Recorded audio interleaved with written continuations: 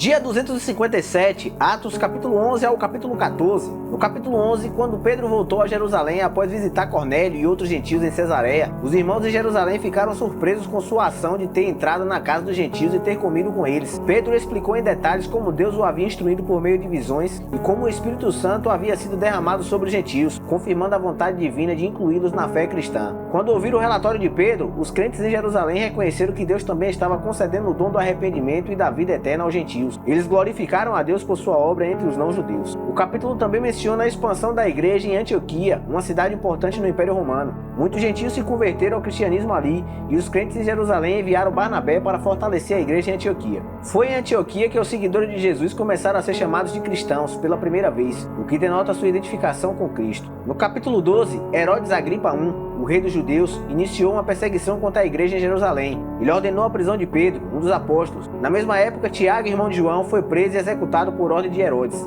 Pedro foi colocado na prisão sob estreita guarda, mas a igreja fervorosamente orava por ele. Na noite anterior ao julgamento público planejado por Herodes, um anjo do Senhor apareceu na cela de Pedro, libertou-o das correntes e o levou para fora da prisão. Pedro pensou que estava tendo uma visão, mas logo percebeu que estava livre. Ele foi para a casa de Maria, mãe de João Marcos, onde muitos crentes se reuniram para orar. Quando Herodes não conseguiu encontrar Pedro na prisão, ele executou os guardas responsáveis por sua custódia. Logo depois, Herodes foi atingido por um juízo de Deus e morreu, provavelmente devido à sua arrogância e perseguição à igreja. Enquanto a igreja em Jerusalém enfrentava perseguição, a palavra de Deus continuava a se espalhar e a crescer. Barnabé e Saulo voltaram de sua missão em Antioquia para a igreja em Jerusalém. No capítulo 13, na igreja de Antioquia, o Espírito Santo revelou aos líderes que separassem Barnabé e Saulo para a obra missionária. Eles foram comissionados pela igreja e partiram em sua primeira viagem missionária. A primeira parada de Barnabé e Saulo foi na ilha de Chipre, onde pregaram o evangelho em várias cidades, encontrando tanto respectividade quanto oposição. Em Pafos, eles confrontaram um mago chamado Bar-Jesus e converteram o procônsul romano Sérgio Paulo. De Chipre, eles seguiram para Antioquia da Pisídia, onde foram convidados a pregar na sinagoga. Paulo fez um discurso abrangente explicando a história da salvação, a vinda de Jesus e a justificação pela fé.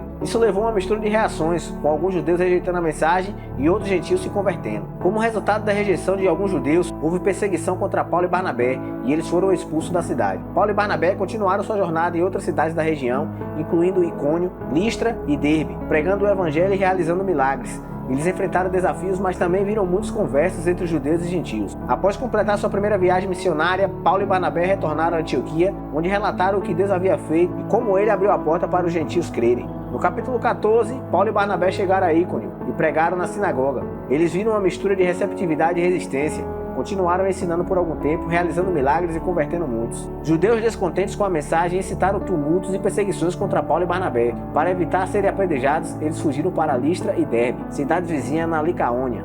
Em Listra, Paulo realizou um milagre notável ao curar um homem coxo desde o nascimento. Isso levou a multidão a adorar Paulo e Barnabé como deuses gregos, chamando-os de Hermes e Zeus, respectivamente. Paulo e Barnabé tentaram explicar que eram apenas humanos e pregaram o evangelho a eles. Judeus de Antioquia e Icônio chegaram a Listra e persuadiram a multidão a apedrejar Paulo. Ele foi apedrejado, mas por uma intervenção divina ele sobreviveu. Depois de recuperar suas forças, Paulo e Barnabé retornaram a Antioquia da Síria, onde começaram sua viagem missionária. Eles relataram à igreja o que Deus havia feito entre os gentios e como ele havia aberto a porta da fé para eles. Se você gostou desse capítulo, curta, comente, compartilhe com todos os seus amigos e familiares, que Deus te abençoe e até a próxima.